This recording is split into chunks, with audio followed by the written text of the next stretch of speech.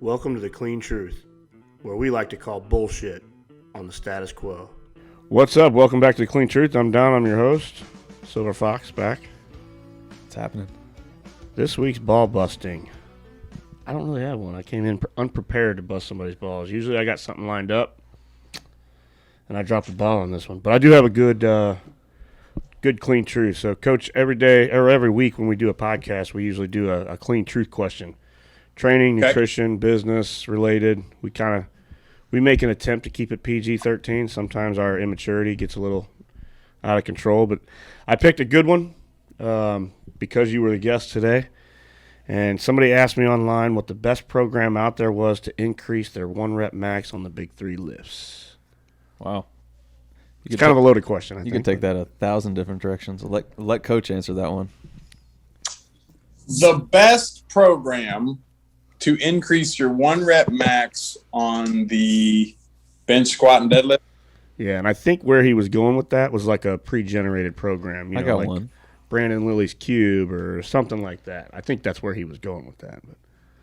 Oh, yeah, I don't have an answer for that. I mean, the 5-3-1 principle is a pretty strong mainstay as to what's going on, but here's my deal is everybody says conjugate or you should do this or we do West Side. Nobody really knows what they're talking about as far as what you mean by like, how about you do this? How about you keep putting more weight on the bar every week until it go up and then back off and then do some more reps and then start over and then do it again. But I think like conjugate makes sense of, we don't want to, like for the 37-year-old that's pretty much peaked and has trained with Louis for the last 5 years, like that guy needs to undulate, right? For the guy, like with our guys, we just go linear for 8 weeks straight, and then we take a few days off, and then we go linear again because your body can handle it, and we just keep getting stronger. I think we love to show people how smart we are by how we program. And to me, that's the easiest low-hanging fruit there is. The hardest thing to do is to do it as consistent as you need to do it and make sure the rest of your lifestyle is lining up with it. But I'm the wrong guy to ask as far as who's my favorite, like, bottled up package program, because I've never done the same program twice with anybody that I've trained or done it myself. It's what needs to be done here and now with what's going on in your life. I made this a really complicated answer to start things off. I'm sorry, but that's the way I got to say it honestly. So I think I agree. I think we threw out the cube method or the 5-3-1. There you go. Too basic. Can't screw them up. Takes you 4 to 8 weeks to run through one of those, and you'll be good. You'll be good to go. Well, there you go. You got the question answered by 2 strength coaches. So, all right, our guest today on the show is Coach Day, strength coach for South Carolina football. We last weekend attended Summer Strong, Soren X's yearly event. It was pretty cool because we had a year off due to the crazy year of 2020. But Coach, man, I asked you to be on the show today because by far, hands down, you were my favorite speaker at that whole entire event. I was kind of out of it a little bit. I hadn't had enough morning coffee, and the minute you took that microphone, man, I was like, hello, I'm awake now. Like, what the hell just happened to me? So, welcome. Thanks, man. I appreciate it. This is really cool. I love what you guys are doing from your business, from your model, from the services you guys provide. And then I'm new to becoming aware of the Clean Truth podcast, but this is cool. I like good, clean truth. Sure. So we can talk about whatever you want to talk about, but I thought, some of the things that you talked about at Summer Strong were 2 big ones that, for whatever reason, as new to business as I am, being in 10 years, I still get asked this question a lot by people that'll just pick my brain on the small things that we've done, and that 2 of those were things that you kind of hammered home in that speech. So I was like, okay, well, let's share this again if that's what you want to do. But that was building culture and getting buy-in. And I think that can translate into a bunch of different things. That can translate into coaches. It can translate into other business owners. It can translate into, you name it, really. I mean, those two things, using some of the principles that you talked about, I think that's interchangeable. It can work in a million different ways.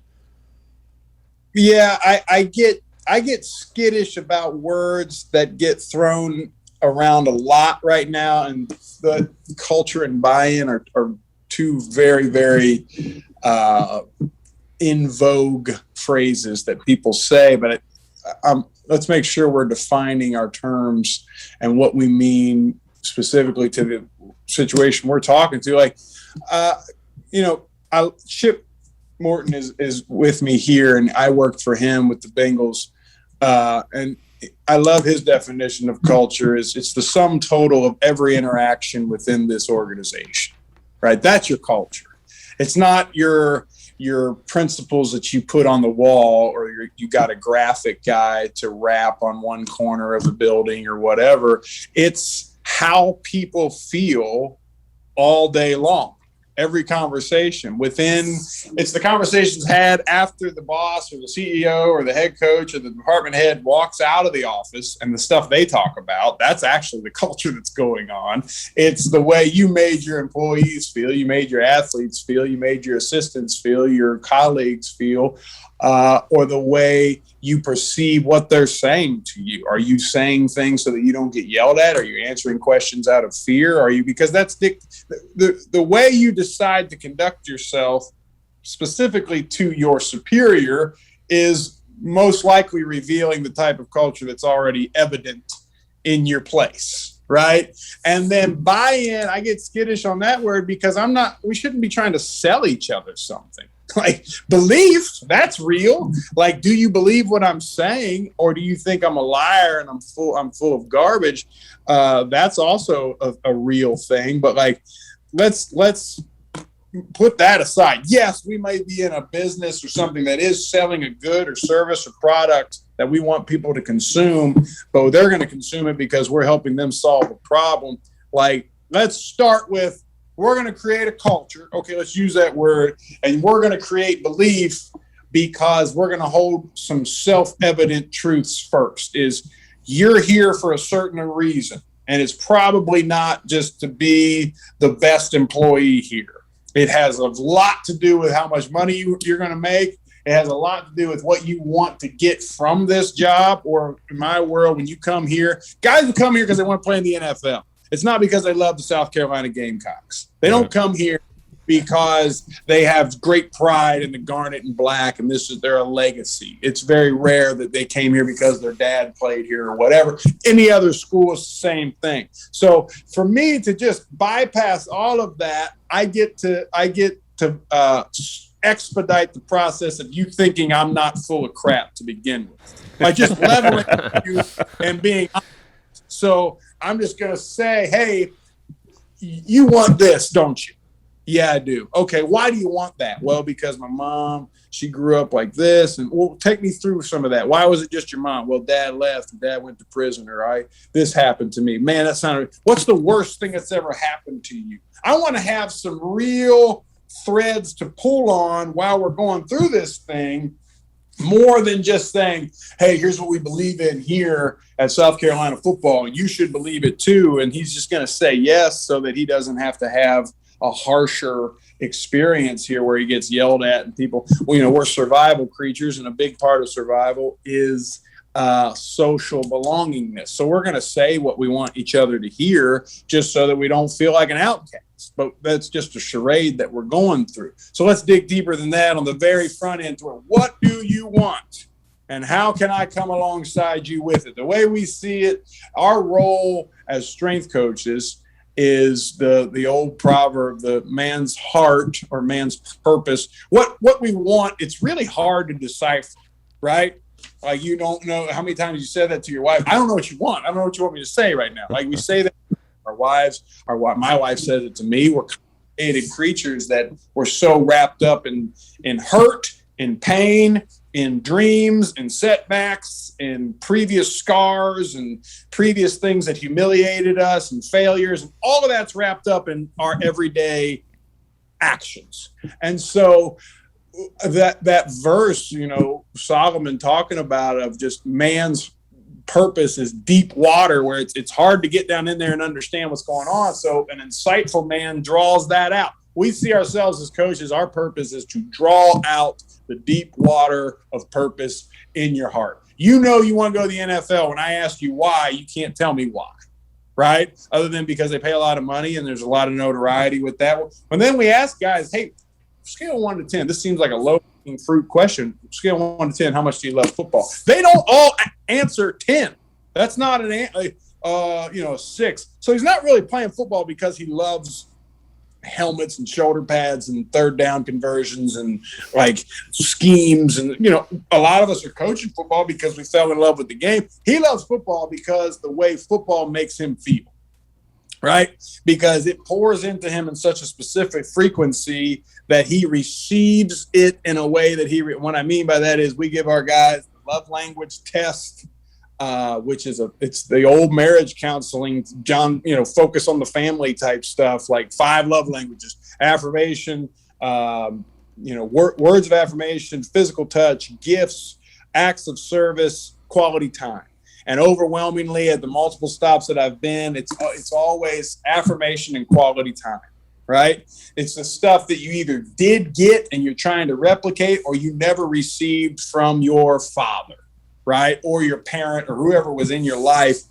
So when you get a kid that you can't get him to wake up and he won't go across campus to math class, even when you send a GA to go pick him up and drop him off and help him sit next to him in class, and he still won't do it, and we can't understand why, and all the academic advisors hate the kid, but then you roll out a football, kill you for it. It's because every time he does something right, if he's an affirmation kid, they announce his name on a loudspeaker and everybody goes wild. Right? He is neurologically addicted to doing the right thing on the football field because it makes him feel loved. Right? So how do we do that? Like when we say a guy's a piece of crap or a bad employee or he's only in it for the paycheck or he's not all in on our vision or something, like, well, let's ask ourselves some hard truths too. Like, are we making this guy feel like he is essential to this operation? Or does he feel like we're getting everything we can out of him and he needs to do the same? And there's a lot of reasons why we do that and why we don't have empathy for each other. We could talk about that for 19 hours too, but that's a really long answer for the first question I gave you. But that's the kind of, that's what we're searching. That's what we're after right now. I agree. I'm speechless. So you mentioned something in that response, and I got a little note here. You said that it's hard to just put out core values on something and put them on the wall and get everybody to say, these are our 5 core values. This is what we're going to believe here. So how do you go about doing that? And I remember one thing that you said in the speech last weekend, and you kind of made a joke about it. You can give your guys, I forgot the analogy that you used, but you could give them a candy bar or something on their way out, and they're like, thanks, coach, and it goes right in a trash can. Like they didn't even – peanut butter and jelly. Yeah, peanut butter and jelly sandwich, I think is what you use. So is those two things kind of correlating? And then the second part is, for a business starting out, a young business, how do they get that going? Like, if they can sit around and think of 5 core values that mean a lot to them, most of them are kind of like, I agree with you, they're going to be phony bullshit that they're going to come up with in their head that they think they believe in. Where would they start? I think you start with your non-negotiables of like, this is why I'm doing this. Like, this is why this endeavor lights me up. And then ask the people in the room if they share in that with you, and they might not. And, the unique situation you have about starting a new business is you get to completely choose the people you're surrounding yourself with. So if it's not the right group, hey, I love you. Maybe I don't love you, but this doesn't seem like this is a good fit for the two of us. In our world, we got dropped in here and everybody was already here. These kids didn't pick us as coaches. There was a coaching change because stuff happens and people get fired in this business. And so they didn't pick us. We didn't pick them. So that's kind of a more complicated wrinkle. But what we have to do is come to these core values are the vehicles to get what you want and what we want and what we're going to have to do it. Right. That to me is that, instead of just saying, well, this sounds cool, or I heard Jocko Willink say this, so let's do that. Right. Like, just what is it that's going to make, all right, I want, and be as shallow as you can. As if it's about, I want to make as much money as I possibly can, then put that core value on the wall. Yeah. Don't call it that it's not. And if it's, we're going to make a big impact with people in low income housing, then all right, then you're going to have to sacrifice the value of making the most money, because you can't do both. Right. And we can't process and live out a whole laundry list of values. So keep it simple so that's why we circled around this above all else. Like, yes, you can't win football games if you're not disciplined, if you're not tough, if you're not physical, if you're not accountable, but above all else, none of that matters, and none of that's real, and none of that's going to be authentic if we don't love each other. So our whole thing was, above all else, love your brother, because if you love him, you'll be accountable to him. You'll do the things that you have to do that doesn't hurt him. You'll give the best effort you'll work as hard as you possibly can for him. You'll fight for him. You'll be physical for him. You'll do all of the things that everybody's got painted on their weight room walls, because I love you. And if you're doing it out of fear, it's going to happen as long as it serves you. The reason they were throwing those peanut butter and jellies away is they weren't active service guys. Now, as people that were trying to stretch ourselves and grow, it shouldn't just be, oh, you didn't love me in the specific way that I'm loved, and you just turn them off the rest of the way. We should also be moving towards trying to reciprocate and understand that, hey, this was this guy's attempt to care for me. It's not the way that works for me the best, but he's trying. And that being, intent is a huge thing. And I've said that Bert Soren quote before, I'd rather you, accidentally punch me in the face than intentionally swing and miss, because those are two different events that took place. So intentionality, even if we miss, I'm attempting to love you, which, above all else, the reason we stole that is from a verse in Peter, in 1 Peter, that's above all else, love each other deeply, because it covers a multitude of sins. Sin is just missing. We missed the mark. So even if you didn't do it right, or it was a backhanded compliment, or I was trying to say in front of everybody in the company, which was it was really a positive, but I kind of took a shot at you and everybody laughed, and now hey man, I didn't mean it like that. And in love, I go to him and I'm sorry and I apologize. Now, there's a lot of things that just took place. You've got a culture where it's okay, it's fearless to go in and say you were wrong, even if you're in charge. You've expressed your intent. You've made wrong things right, and then you've created relationships that are deeper than more just surface level board meetings and things like that. There's a lot of really rich experience going on right there. So that's what I would say is use your core values as this is how we have to get there. I wish we could all just do whatever we want, show up whenever you want, sleep in if you need to, stay out all night, go drinking, go out to eat, whatever, get in when you can. But we can't do what we said we want if we do that, right? So anything that comes in opposition of what we want, and these are the things that we have to do to get what we want, then these are our values. And so that's what that should be where those things come from. Don't just randomly throw things that sound cool on the back of a t-shirt. Have you found it hard to get guys to buy into using that word love? I mean, you got 19, 20, 21-year-old guys, like not all of them have heard that word, I guess, in their life. So what has your experience been like with guys and using that word like love? Or do you feel like everybody needs that deep down inside and you just have to pull it out of some a little bit more than others? No, I think it gets thrown around way too much. I think they're saying it nonstop, but they're not putting any meaning behind it. You know what I mean? Love you, bro. Love you, fam. Love you, all that kind of, hey, it's all love. But no, it's not. That was attention. Right. You know, every person that retweets you or hearts your post doesn't love you. And every girl that blinked at you or, flashed their eyelashes at you or whatever, she don't love you either. right? Everybody that told you the truth doesn't hate you. Everybody that was hard on you doesn't hate you. Really what it means is if you do anything, their definition of love that I've encountered in young men is it's if you do everything I like, you love me. And if you do anything that's confrontational with me, you hate me.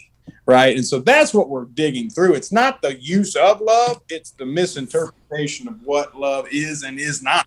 That's what we're constantly fighting through. Now, as coaches, I think we manipulate that as well. We say, don't you understand? I'm just trying to love you. And it's like, no, you're not. You're being a dick.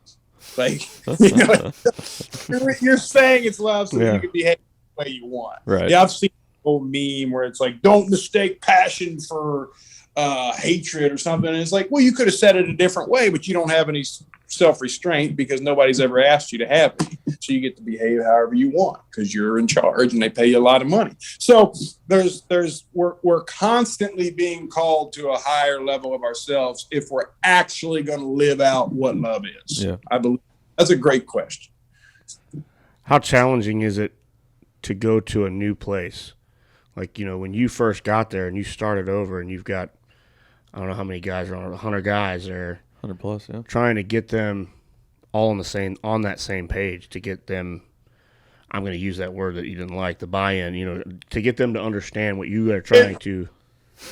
And then new ones. I'd say that's probably the biggest challenge is to not get people to do what is the right thing or what you think the right thing is. It's to get them to agree that it is right, And so I think the more open dialogue, vulnerability that you and being as real as you possibly can is the guys. Here's where I'm coming from with this, and here's why. It's not because I love when everybody puts all their toes behind the white line because it's just aesthetically that's just the best. It's because if you don't run that play that we called or you jump offside, then it doesn't matter how big and strong we got. So this is just a representation of that we're paying attention to these things that can get us all blown up, right? If we can't execute this and win football games or be successful on offense or defense or special teams, then I'll get fired. My kids have to go to a new school, and they're tired of switching schools. Nobody will pay attention to you because we suck, and you won't get any looks at the NFL. And your biggest dream, hope, goals, and aspirations will just go by the wayside, and they'll move on to the next version of the strength coach, the head coach, and the defensive back. So let's just have a conversation first that we all agree that we should keep our feet behind the line.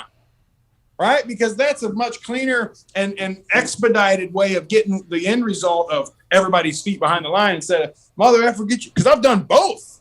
Get your feet behind the line and we're going to do this and I'm going to kill you. Blah, blah, blah. If you don't do the right thing, you don't care about this. And it's just a bunch of nonsense instead of saying, hey, why do you think we should have our feet behind the line? Because then they'll tell you, well, it's because of this and this. Do you believe that? Yeah, I do. Then why aren't you doing it? I don't know, man. I'm messing around. Okay. Well, we need to move on from that. And so just 1,000 microscopic moments like that. And then, okay, don't repeat it.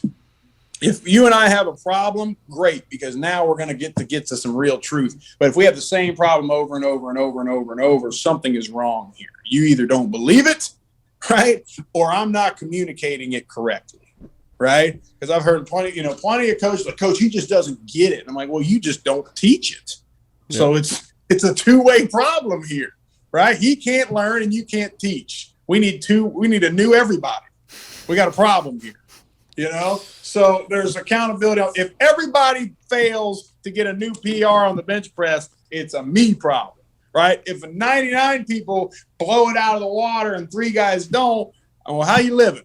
So there's a two-way street with that.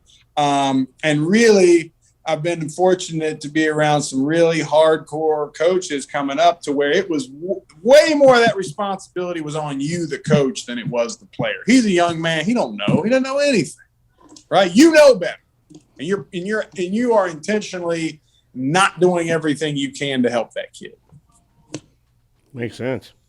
What about new guys coming in? Like another example I'll use is, a new employee. If if you own a company, I'll just use ours for an example. I mean, we're a pretty tight knit group around here. There's only 8 of us. Yeah. You know, and we just hired a new girl, Rachel, and you know, we're very grateful. She's fantastic. You know, but I don't think she's been here long enough to understand the history. You know, we're working on it. She'll get there. She's there. But, you know, if we brought in another operations guy, you know what I mean? Have you seen troubles with that, like with other players, player transfers or a player comes in from another team? Do you see it to where the existing guys kind of keep him in check or keep that person in check and kind of those issues kind of resolve themselves? Well, I think it's very important to constantly acknowledge what everybody could potentially be afraid of, right? It's the new person is scared to death that they're the new person. Everybody that's been there is scared to death the new person is there to replace them, right? Or you don't understand what it was like before and we fixed this and you don't get that and all that kind of stuff. And then you've created this like fragmented group of people to where there's the new, now you've made 2 teams, new and old, right? You know, previous staff players, new staff players. I've been, and it's all very poisonous to do that. So to constantly say, hey, here's what we're working on right now. Here's some of the issues that we've really struggled with or had great success with in the past. And this is why you'll kind of see some of that happening. Here's why we brought you on board, because we really like to see you help progress this in our organization. Instead, like the worst thing that you can do, right? And I heard this quote. It's like the biggest problem with communication is the illusion that it took place, right? Is that everybody thinks that the guy that's supposed to be communicating expectations and here's what your role is and here's why we need you, here's your value, is he thinks that you understand that and you have no idea. So then you're like, oh my gosh, did I come to the right place? And then we do some really nasty stuff to each other when we're afraid, right? I've done it. Every bad, terrible thing I've ever said to somebody, it's because I was afraid of what was going to happen to me.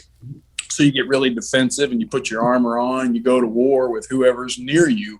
And that can happen when you insert 2 new people and the expectations aren't spelled out and clear. And leadership, there's lots of people making millions and millions of dollars tweeting out how to be better leaders. Well, why are they in charge? I always ask that, right? If we're all buying everybody's leadership books, it's like you're at home thinking this up. Like, why you're in charge of the country if you're the greatest leader influence in the world? So I get, but if you are going to say leadership should the people in a point, an expectation of leadership is it's your job to say, here's why you're here. Here's why you're valuable, and communicate at the same time to everybody that's already there. Guys, here's why we brought them along. They have value to add, and you need to make them feel like they belong because we want them here. And here's the expectation as we invite you into our family. Like, here's how we have decided we're going to conduct ourselves. And we are very, very serious about you conducting yourself the same way. But if you expect all that to just happen organically, forget it, because there'll be 100 dead bodies laying on the floor. Luke, I got one for you. And I know you've dealt with this yourself in your career. You know, you see a lot of leaders say the advice like, hey, I got to hire people that are different than me because, like, I'm not good at technology or I'm not good at, public speaking. So I need somebody that's good at public speaking. I need somebody that's good at technology and numbers, and the other person's good at just lifting and moving it over to that pile. Like, do you believe in that strategy, or do you believe in the strategy of like, I need people that are like-minded as I am, like with your leadership strategy and the way that you lead your organization and your team? Which way do you find yourself going towards, where you need to find the different, specialist with the same intention, or do you find people that are like-minded as you? Because if you say, hey, we're going to jump left, right, forward, they know, they're like, yep, exactly. That's exactly what we need to do. You're like, which way do you find yourself gravitating towards? Because I think that sometimes has a direct correlation to how your organization runs, I lean towards at the bottom of, at the root of all of this. Are you doing this for the same reason I am. And for us, it's because you're competitive. In our world, you want to win, but this is a very unique way to care for young men, right? Now, does everybody need to think and act and believe the same way and want to work out the same way and eat the same food? Like, that's dangerous too. But in intent and why you're doing what you're doing is first and foremost. So I want the best human being that I can possibly find, that even skill set isn't everything that I want in that thing that's really one of my weaknesses. Is I say, hey, this is a blind spot for me. I really need you to pour into yourself and make yourself an expert in this area. But I'd rather have 5 blank slates of like really just grounded, rooted human beings that are really invested and interested in human beings, and then let's learn some skill sets.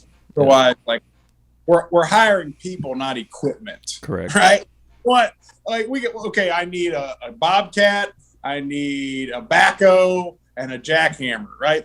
These are people that are, if you're pouring into them and you're giving them some resources, they can learn anything. If it's, hey, I'm thinking about this spot, really being in charge of this, or just what I did was I assembled the best people that I could find, the best coaches with the best intentions, and then observed their strengths and weaknesses and divided responsibilities based off of that. I didn't go seek out, I need a number cruncher, I need a sports science guy, I need a programming guy, I need a speed guy, because then you have really pigeonholed yourself to what's the best available speed guy with the highest character. Well, he's not that great of a guy, but he's the best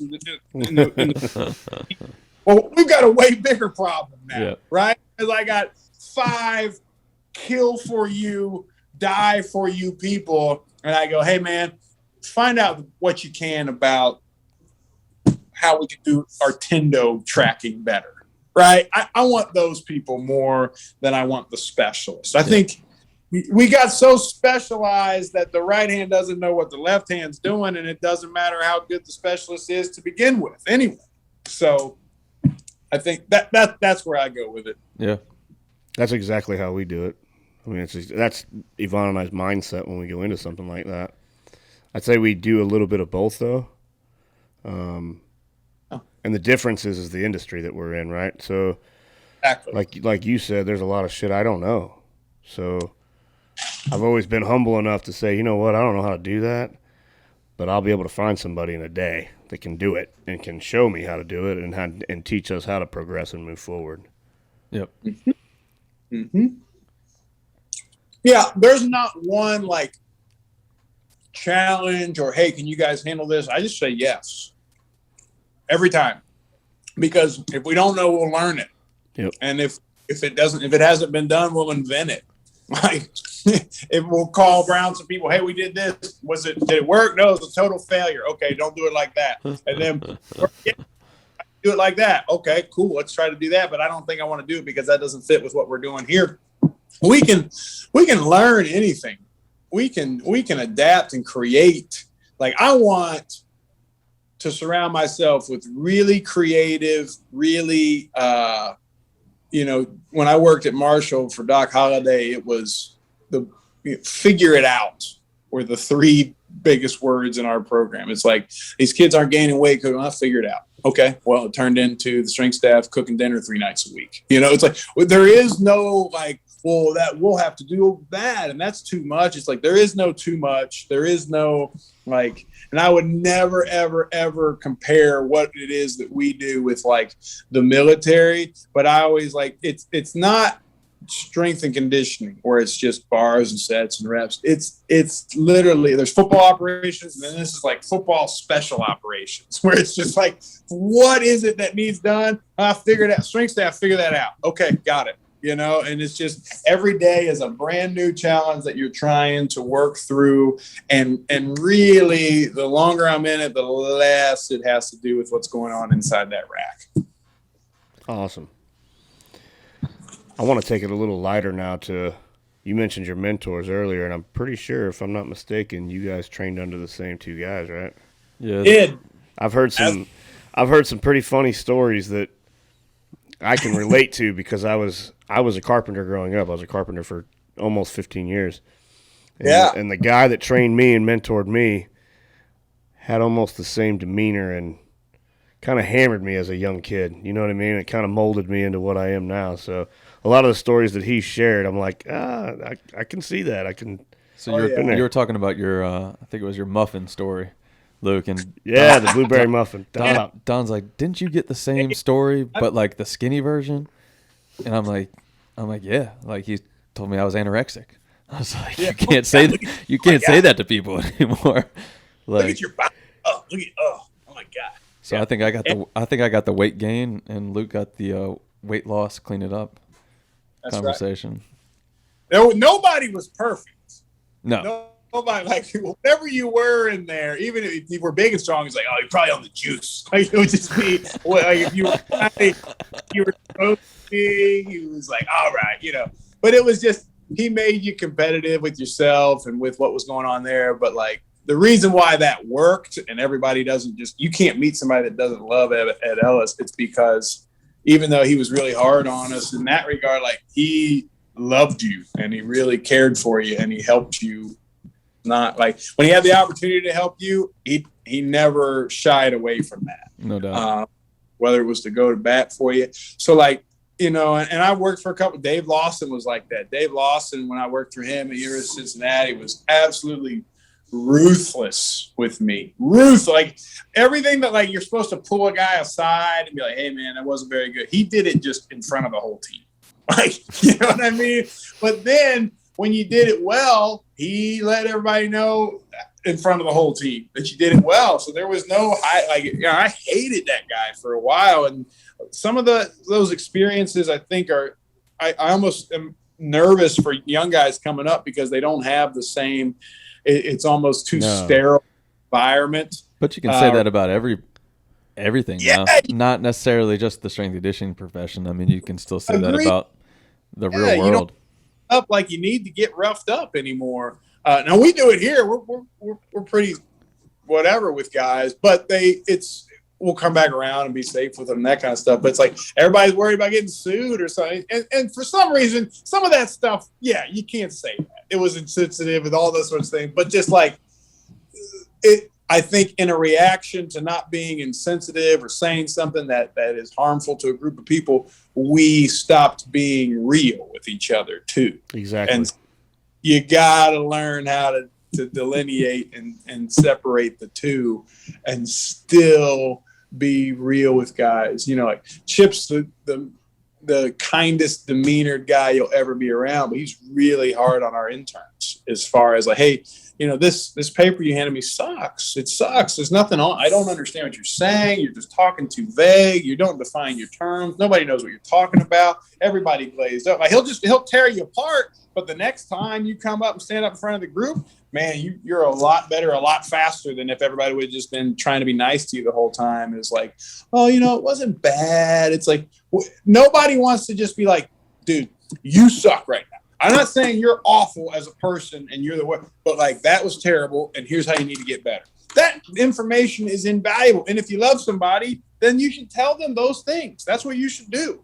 But it's fewer and farther between those real interactions. So I'm very, very fortunate, and so were you, Ben, to have some real mentors they will keep it 100 with you all the time.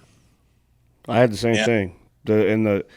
We always say and joke, like, the cold hard truth is becoming few and far between anymore. Like, you don't see it too often anymore. People are too afraid of other people's feelings. They don't want to hurt their feelings. They don't want to.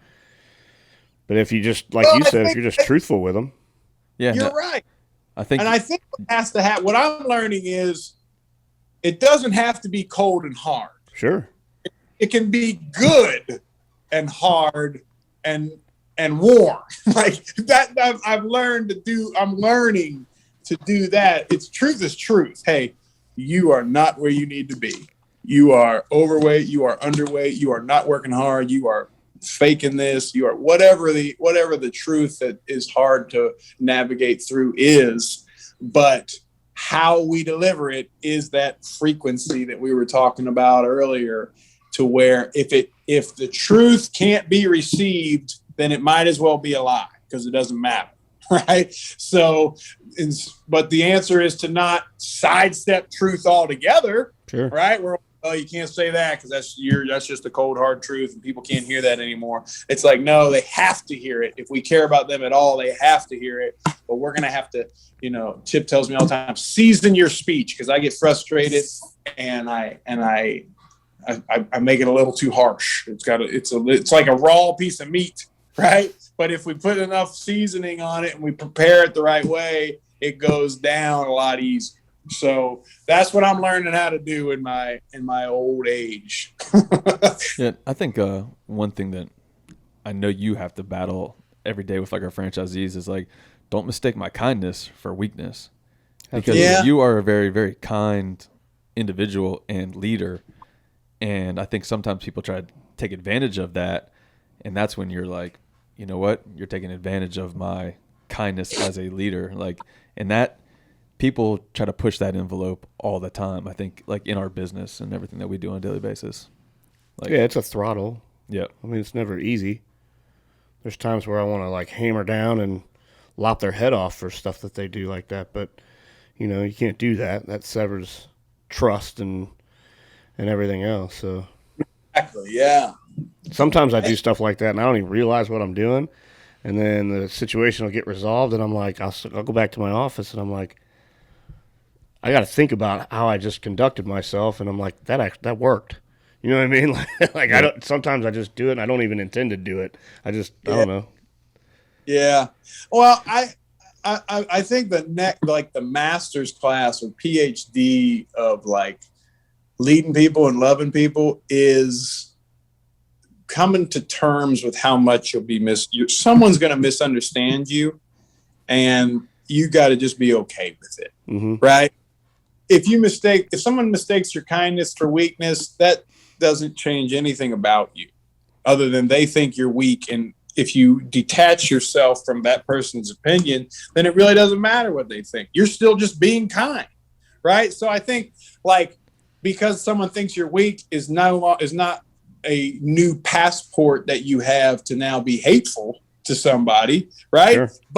But there is this is now you slid over into now you're taking advantage or you're manipulating me, and you're not going to do that either. Right. So I will flex on you and show you my strength there, but in a wholesome way. I'm not because I perceive you as you thinking I'm weak and you're trying to dominate me, and then now I'm going to bite you. I don't know if that's right either. I think, and if you make your business to, sometimes the really good kid on our football team will get frustrated with how we're dealing with the so-called culture problem on our team, because it doesn't look like a thump in the head, right? And then say, why can't you be more like the good guy? And then we put our arm around him and he's like, yeah, see, like we got a real heavy heart for the prodigal sons in our program, to where sometimes I got to realize, okay, I'm not paying enough attention right now to the good guy. Like I gotta affirm him just as much, because it was really hard for him to put that out there as well. So, but what I'm saying is, but I can't govern the way I treat the guy that's an issue based off of how the guy that's not an issue thinks I'm handling it.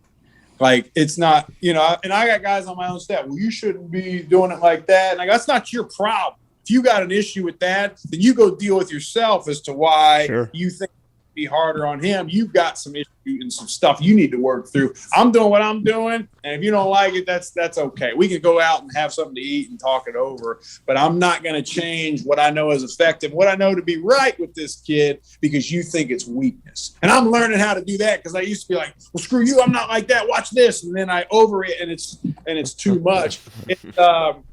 It's a rich, never-ending process that's really fascinating if you're online and conscious of all the different things taking place moment to moment. Well, I think to add to that, it's not a one-size-fits-all either.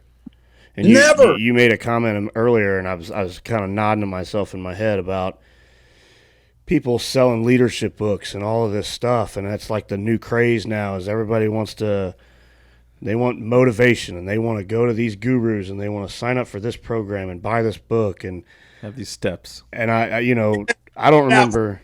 We had a meeting here not too long ago. I think it was one of our monthly book club meetings, and we had gotten to a point there where like 5 months in a row, it was a personal development book that we were reading, and I had spoke up and said something. I can't remember my words verbatim, but it was kind of like, I'm kind of over all this crap, man. It's regurgitated crap. It's a one size fits all. These guys are selling you this stuff.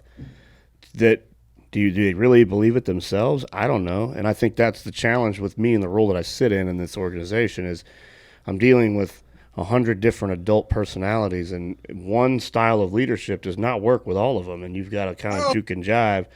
You're not always going to get it right. You're going to fuck one up, and you're going to take the different approach to one of them, and you're going to offend them, and then it's kind of a revolving circle.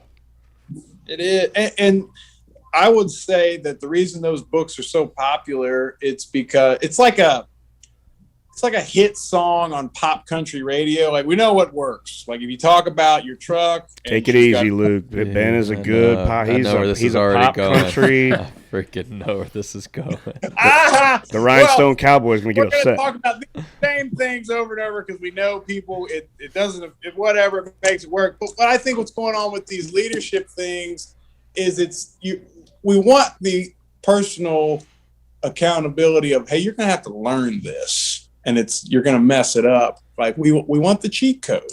We want the algorithm to human interaction, and it's not. It's human. You learn how to do it by trial and error and usage and experience and failure. And like I said, if that guy had it hacked, then he'd be the president of the United States. But he's not. He's selling a lives in Fort Lauderdale. So I get very skittish around those types of guys. I mean, some of it's great, and I don't want to dismiss it all.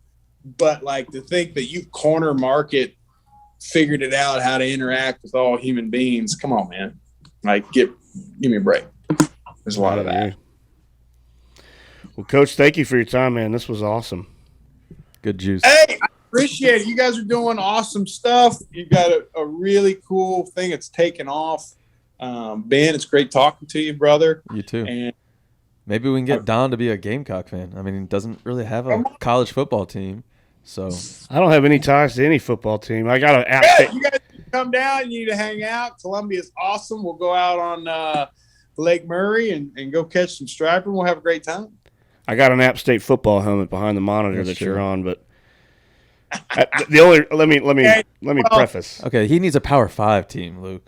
So he can have both. He can have a Power 5 team, and then he can have App.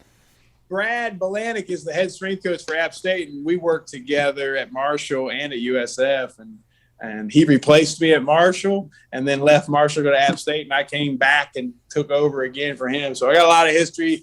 A guy that worked for both of us as the assistant strength coach at App. So last year we played each other. When I was at Marshall, we played App. And so 1-0, Bart, get you some. But they play Marshall. I'm torn, but I'm going to pull for the Mountaineers this year for Big Bart. So. Our franchise partner out of Boone, great, awesome family. His dad's an App State football legend, so they introduced us to that whole team and the ambiance there, and the energy there is unbelievable. It is. So. Yo, guys, thank you for your time. I appreciate you. No, thank you. All right, guys, till next time.